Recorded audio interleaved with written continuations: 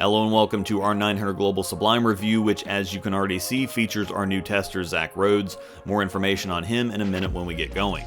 The Sublime releases with Storm's IQ Tour 78U on December 15th. There's a link in the description to get one ordered at Bowler's Mart, and I do receive a 5% commission on all sales through the link. Zach's bowling on the Kegel Chromium lane condition that we always use for testing. It's a challenge pattern at just under a 7-to-1 ratio, 42 feet long, 25.5 mils, heavy sided medium for both volume and length. It's not as easy as a house shot, but not as punishing as a sport pattern. Also want to say a big shout out and thanks as always to Royal Crest Lanes for getting it set up for us. All it takes is a text and we have everything we need.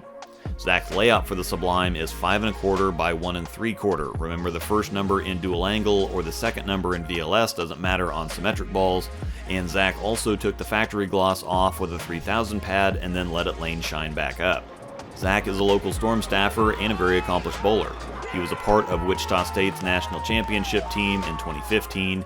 He won a Team Eagle at the 2016 USBC Open Championships with a few guys you may have heard of, and also shot 300 in doubles at the 2022 OC as a part of the group that I go with. Zach has a wide range of physical ability and such a large number of tricks that it's hard to lock his bowler stats down. He's typically higher rev, I would say slightly rev dominant, low tilt, medium axis rotation, but he's going to be all over the map, which will both help us figure out what this ball naturally wants to do, but also what he can make it do. The Sublime is the second ball to feature Storm's new AI outer core tech, which helps to strengthen or amplify the core's existing / natural strength. And while it debuted on the Summit and companies tend to keep certain things within certain brands, it seems that AI is going to be given the Dynamicore or HK22 treatment and show up across all the SPI brands. While I like Global's new branding, the sequential cover stock naming tells us absolutely nothing about the cover. However, there's a lot of information available on the webpage for the ball, so if you scroll down, the information for Reserve Blend 802 Hybrid says it's a mix of their strong S84 cover that we've seen on the Reality line and the Eternity, and the cleaner medium strength S70 cover that was on the Honey Badger Intensity and the Wolverine. This puts it in a very similar zone to Storm's REX cover that we've seen on quite a few of their releases, and most recently on the Virtual Energy Blackout. The Immersed AI core features nearly identical numbers to the aforementioned Summit, coming in at a 247 RG and an 056 differential in 15 pounds, so it's going to be very strong rolling and flare a lot. It's a big, strong motor. Getting into the review, Zach makes pretty quick work of a ball review because he doesn't miss much, so if you're watching and feel the urge to get into the comments to say you want to see some misses and not just a bunch of strikes, sorry.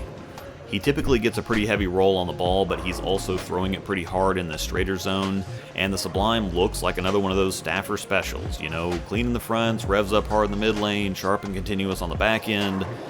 That's just what it's doing though, I don't know what else to say. It does have a very Summit-esque look on the lane, just obviously cleaner and sharper.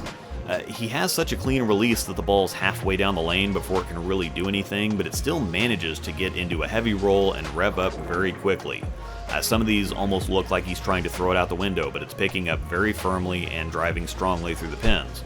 There's a nice blend in the reaction too. It's clean and it's sharp, but the heavy roll of the core is slowing it down and controlling it, so it's arcing through the pins rather than cutting through them. The shape of the reaction is halfway between continuous and directional. It naturally wants to be mostly continuous, but it will go somewhat forward if you want it to. I do want to remind everyone quickly that my code ROSEDAL10 will get you 10% off your order at checkout at CoolWick, and if you check the description, you'll find a bunch of helpful links and information, including our personal specs and a discount code for custom ball cups and spinners through Scarred Prints. I use these myself and love the quality and color options. As he gets deeper, the ball keeps hooking, including rebounding on one shot from what I thought was going to be out of bounds, or that I at least didn't think was going to pull up as well as it did. This cover does seem similar to REX, or like it's mostly S84 with a little S70 added in to make it cleaner without knocking the strength down too far. This puts it in the same tricky zone to read and explain because it looks like it's doing two different things at the same time. Sometimes I don't quite agree with what people say they're seeing out of a ball, but if you read this ball as longer and sharper, I agree. But if you also read it as early, rolly, and smooth, I agree. It seems like the original Zen in that it just does what it needs to do. If it needs to wheel to get back up the hill, it'll do that, but if it needs to slow down a little and hold in the middle, it'll do that too. As we get towards the end, the last couple shots he tried to max out the angle and add a bit of loft to really push it, and while he zinged the first one a little too much, a small adjustment got it up to the pocket and with enough energy left over to kick the 10. Speaking of the Zen, his Zen has a similar strength layout at 5 by 2.5, a little stronger on the pin but a little bit weaker on the pin buffer, and on paper both cover and core for the Zen are slightly weaker than the Sublime. The Zen is definitely the slower ball, and it's in between forward and directional for the shape. You can get it to pick up and continue, but it does naturally want to go more forward off the end of the pattern. That's not a bad thing though, that's actually part of what's made it so successful for the average league bowler that doesn't play a lot of lane. Instead of picking up and diving, its slightly forward roll helps create more control. It's strong enough to pick up and hook, but without forcing people to open up their angles too far. Now from the straighter zone, you can see why it's popular. Zach did several different things with it and it just kept striking. A couple weren't too clean or pretty, but they still said X on the scoreboard, and that's what matters, especially for the average league bowler that doesn't throw it like Zach does. You want the ball to help you out some when you don't throw it perfectly. As he gets deeper on the lane, you can see pretty quickly the difference in the shot shape. Where the Sublime would pick up and drive from anywhere, the Zen's slower and more forward nature resists the angle more. He could still make the Zen pick up and go, but it was significantly easier and more effective to cover the boards with the Sublime. This makes the Zen look like the better choice from the straighter angles, and the Sublime looks like a go-to ball when you have to start chasing the shot inside. Over to the Zen Gold Label, we get a little different look because this ball is drilled pin down. It's 5 by 4 3/4.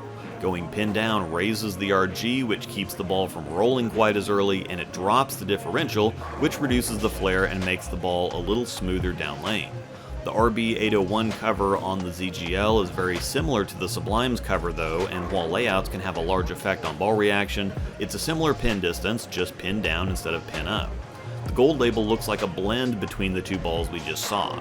It's not as slow and forward as the Zen, but it's not as sharp and continuous as the Sublime, and it's also a rounder shape rather than the more archy shape of the other two. This is also a great illustration of what different layouts do. Despite being pinned down, the ZGL covers boards more easily and successful than the Zen does. And Zach doesn't need help getting a ball to hook or shape down lane, so using a layout to help a ball get further down the lane and then be more controllable on the back end creates balance between his game and a more naturally dynamic ball, and creates a really effective ball roll that's useful and gives him more control over the reaction, which lets him utilize more of his physical tricks. I think that while you can see that there are differences, there's also an awful lot of overlap between the three, and more between the Gold Label and Sublime than between either of them and the Zen. So I think that you could carry one of the first two with the Zen, but would probably have a bit too much overlap to carry the ZGL and Sublime unless you did different things with the layouts and surfaces. Once again, the Sublime releases with Storm's IQ Tour 78U on December 15th. We also got some TNT infused footage, and the comparison between it and the Sublime is pretty interesting, so be on the lookout for that comparison as well. Down in the description, of course, is a link to Bowler's Mart that will get any of the balls I featured in the video ordered for you, and of course, don't forget my code ROSEDALL10 to get 10% off your order at checkout at CoolWick. Thanks for watching, and may the strikes be with you.